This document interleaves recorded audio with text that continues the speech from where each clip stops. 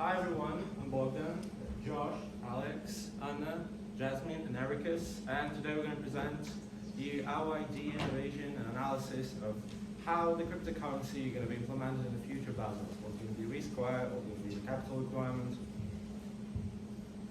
That's how we're going to go today, just in case you're going to keep the track. We're first going to look at the crypto industry around it, then briefly look at the Basels, and we'll solve the problem of implementing it at the end. So, you all know the context around crypto. It's undefined, unrecognized, not fully understood by the majority of people. There is no single regulatory position on that, and it's highly volatile. What we did, firstly we look at the market risk and try to measure the risk of loss for the next year using VR, VCV, Monte Carlo simulation. We also tried to dive deeper into credit risk, but realized that it's not applicable. When we talk about this in details a bit later, we made regulatory research and tried to implement our findings into capital requirement, which is currently used. That's the solutions we came up with. We call them utopian, moderate, and realistic, and we will talk about them at the end of the presentation. Now I will transfer you to Alex, who will speak of the crypto industry. So the crypto industry is based on the fundamentals of blockchain technology. This is a shared immutable ledger which facilitates the process of recording transactions and processing assets. A transaction is requested, it must first be validated before a data block is created. The data block records the information being processed during the transaction.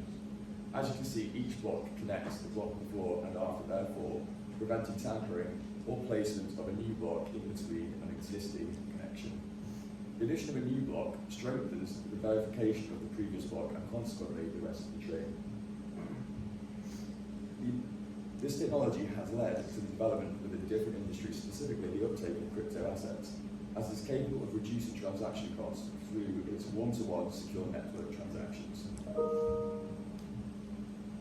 Okay, next is crypto trends. In the financial arena, many of us hoping that 2021 will herald the introduction of the first cryptocurrency exchange trade fund. And the first trend is institutional adoption. Financial institutions and large corporations have traditionally viewed the cryptocurrency ecosystem with skepticism. But today, many institutions are doing everything they can to allocate capital to this area. Moving on to the next trend, almost nothing has drawn more attention in the crypto community this year than the advent of decentralized finance application DeFi. So growth in this area is only just beginning. Next is two most interesting developments in the crypto space is the rise of non-fungible tokens, NFTs, and decentralized applications, DApps. In fact, NFT is solving ownership and copyright issues that have long plagued in the art community, and as for the apps, they run on the blockchain and they perform some kind of DeFi function. And last but not least is stablecoins. The total market value of stablecoins is estimated to be over $144 billion, and on the other side of the coin, central banks are trying to get ahead of the curve by issuing their own digital currencies. And next is Erica. So it is no surprise that regulators have noticed the significance of cryptocurrencies and their place in the future of financial markets. The Financial Action Task Force, the OECD, the Financial Services Board, the International Organization for Securities Commissions have all published a variety of reports on the topics of money laundering, counter-terrorist financing, taxation issues, and the protection of retail investors. However, the most important publication is the top one on the slide, which is a consultation paper published by the Basel Committee itself, gathering responses on the prudential treatments, future prudential treatments of crypto assets exposures for companies.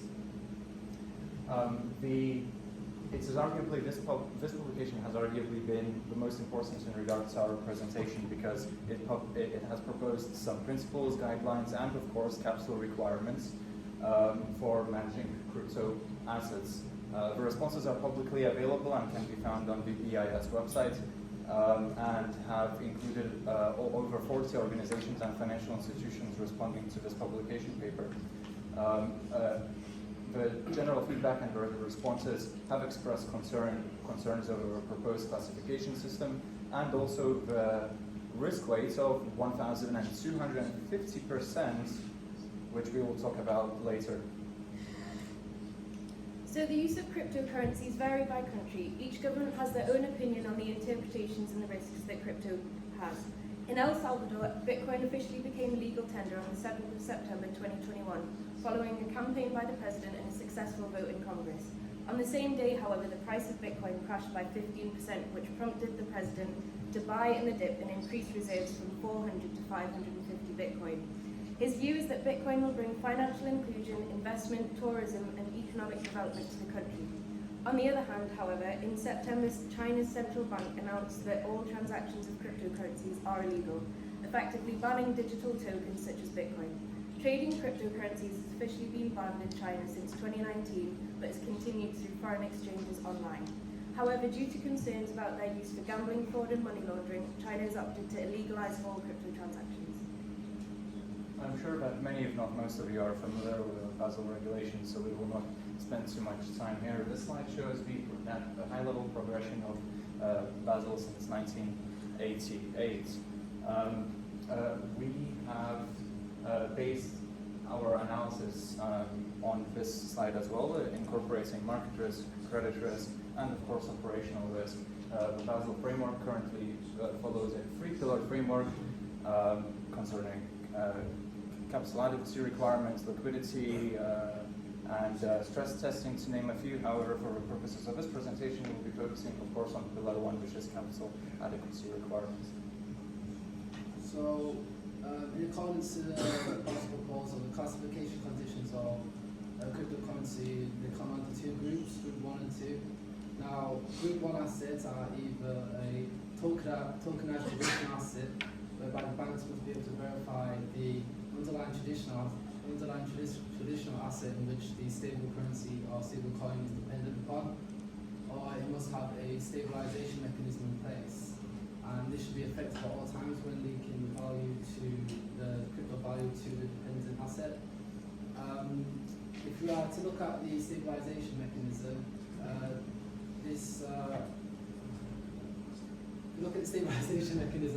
this should be used to minimize the fluctuations in the stable value against the traditional asset.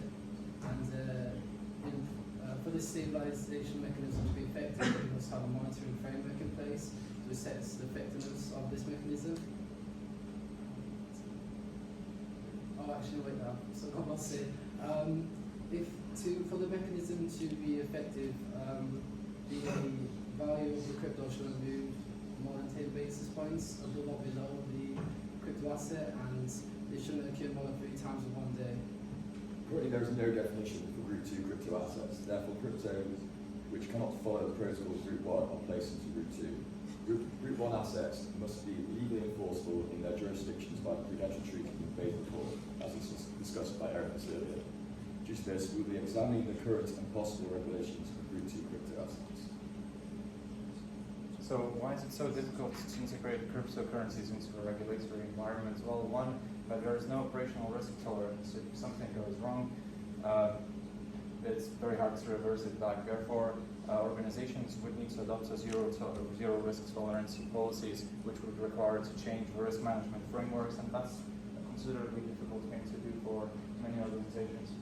Of course, then we move to the second point, which builds upon the first point, that the current regulatory framework doesn't protect against any transaction risks.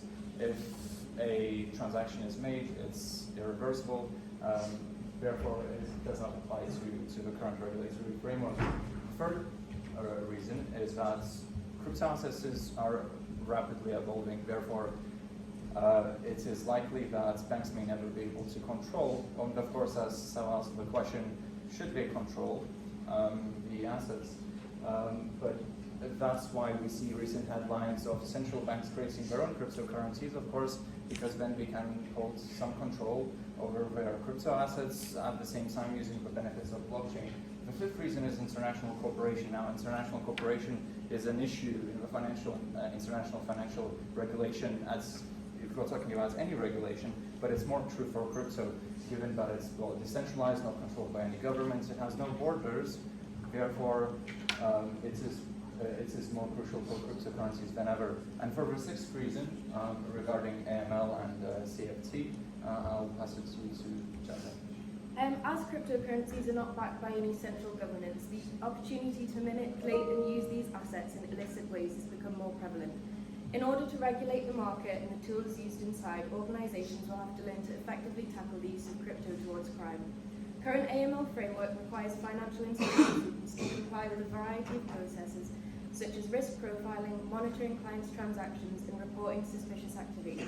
However, due to the anonymity of users within the crypto market and lack of legal regulations, crypto exchanges can be targets of illegal activities and hacking, such as the Mt. Gox meltdown in 2014.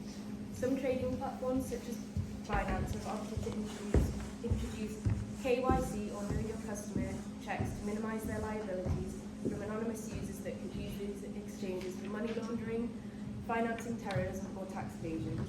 CipherTrace is the world's first blockchain forensics team that uses powerful de-anonymization tools to easily identify and trace criminals who attempt to use any of 800 cryptocurrencies online.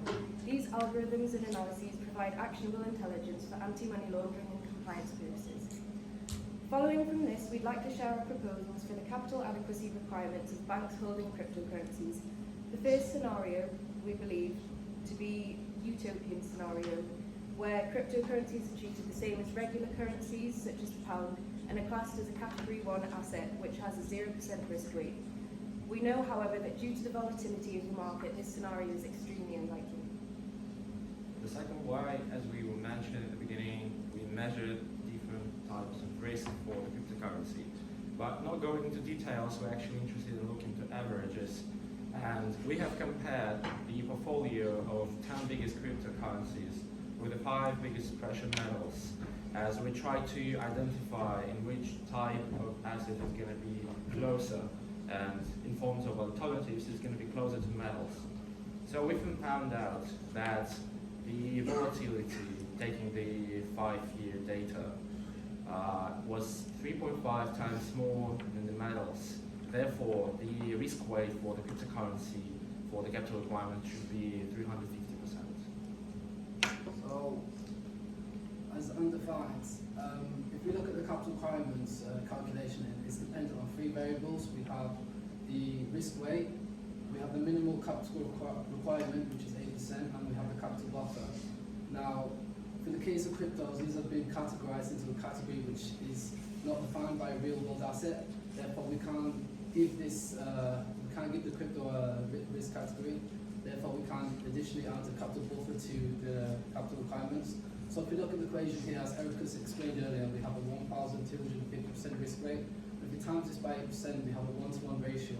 That means if we had to invest, if a bank was to invest £1 in crypto, they'll also have to hold £1 in capital requirements. So this is basically, this is known as the fallback approach, which is given to assets which are, there are little transparency in the investment activities.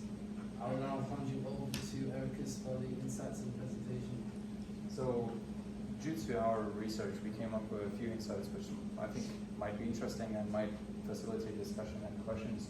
One of which is that, of course, given the rapidly evolving nature of crypto assets, to ensure consistency and transparency and constant review, regulators will need to adopt a more agile ways of working and overviewing and publishing documents in regards to crypto assets regulations. That might affect not only cryptocurrencies, it might affect also other regulations, because as well as regulators adopt more agile ways of working. The second one is this is highly backed by responses by various organizations to the Basel Committee paper I mentioned earlier, is that given the tight requirements, as Josh mentioned for Group 1 crypto assets, many, if not the majority of all crypto assets will fall under Group 2, which, if the 1,250% risk rate is applied, will slow down the adoption of cryptocurrencies into the whole financial system and, of course, into the regulatory environment. Yeah, thank you very much for your attention. If you have any questions, we'd be happy to answer.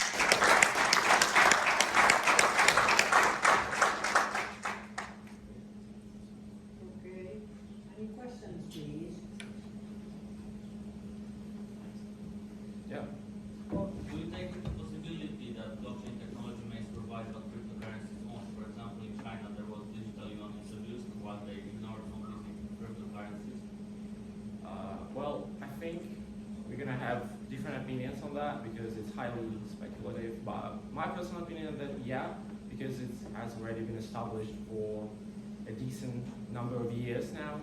So my personal opinion, yeah, maybe somebody will disagree. So using blockchain as a system doesn't have to just be cryptocurrencies. A large area of coins that we know take VeChain use logistical systems for streamlining the use of data such as food temperatures and transferring over to new sources of business on a business-to-business section. So it doesn't just have to be crypto, it's just a streamlining of data while actually storing it in a place where everyone can see it at the same time. And I would like to quickly build up on that. I think your concern and your question is very valid because during our research we found that about 62% of crypto assets actually fail at some point during their lifetimes. So I think the probability that's the probability of default. So that's just a comment. Anyone else? Do you think that current regulation of currencies and sort of controversy, do you think that cryptocurrencies are completely change that? And do you think that the new stuff that will come in with the CEO and Basel report, do you think that cryptocurrencies will return the underlying sort of total regulation? Do you think the actual currencies that still hold the main regulation? So are you asking whether the cryptocurrency is going to be identified as a real currency? I'm going to say, do you think that cryptocurrency is going to return the regulation? Do you think that the current currency is going to return? So that will surpass our current section. I don't think it's something that could happen, but it's in a long time frame, let's say. If we take a look on fintechs coming into the market over the past 10 years, they've not been as like on the holding banks we have we know now, such as like HSBC, Santander. More cash is held in the holding bank and then put into your fintech, such as Monzo, and pushed out. So they still haven't become a holding section, and they've been around for a rather long time. So to get to that point, I think cryptos were a long way off. So I couldn't really answer to that extent. And then just to add, you mentioned Basel, so there are very early days in international regulation currently. As I mentioned before, the only major development was the consultation paper published by the Basel Committee. That's the only major international effort to bring cryptocurrencies into the environment. So I think it's very hard to say at this point, but I think early next year we'll gain much more clarity as Basel publishes papers based on the responses from organizations.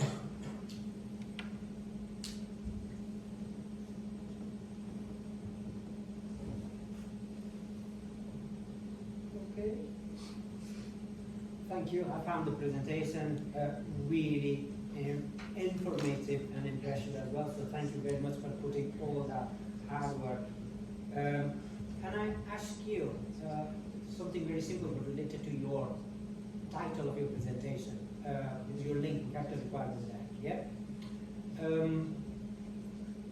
So when we compute the capital requirement funds, this will be adequate. This is the sufficient capital requirement to cover for the risk related to the cryptos. Where in the financial statements that will be reflected in the case of financial institution promoting those cryptos? So it is very hard to tell at this point, and that was one of the responses from, I think, BNP Paribas to the consultation paper. They had no idea whether this is going to go on the trading books or the main business books, and that is not reflected in the consultation paper. So I can only express my opinion, but it wouldn't be worth very much. I believe Basel will come back and work on this and then reflect that into future publications. No, that's good. Well, that's all from my side. Thank you, sir. Right. Again, it's Christmas for me. Absolutely. Thanks so much. A wonderful presentation, really. Again, the only question that I have is, obviously you had to condense the final slides quite a bit, and I've seen that. And obviously you approach the capital requirements from the market risk perspective in VAR. Because fair enough, Bitcoin is a risky asset. I have a time series, I have a distribution, I have a market risk metric. But from your perspective, and obviously you can have different perspectives on 6M here, what source of risk, apart from your market risk and your VARs, maybe something related to the environment, maybe something related to cyber attacks, who knows, is the next most relevant source of risk that could go into the models that produce capital requirements? Just your take, I'm just interested. Yeah, I can start with so obviously a lot of environment concerns right now, and we all know that cryptocurrencies are mined, so therefore they require electricity to use. It's going to be, it's questionable whether the electricity is going to be cheaper or more expensive in the future, and therefore the cost of mining, and therefore the cost of cryptocurrency. So I would say that the environment and electricity production is the main question of whether it's going to be cheaper or riskier. Therefore, yeah. I think So I can add on this. So China used to be one of the largest miners for Bitcoin, but due to making it illegal, a lot of the mining's moved to countries where the electricity is cheaper. So countries like India have increased their Bitcoin mining. So I agree. I think it would be based on kind of the environmental factors that are quite contemporary at the minute. or maybe the regulatory, as Jasmine said, maybe some country which was highly had a lot of miners in it, gonna ban it or gonna put a restriction on consuming electricity for mining. Everything can happen. I also think it's really interesting to watch how El Salvador and their use of Bitcoin being a legal tender will play out, and I think a lot of countries are going to kind of wait and see how that pans out before they make any decisions about what they should do, and using El Salvador as their guinea pig in a sense. All right, thank you very much. I thought this presentation was very interesting, and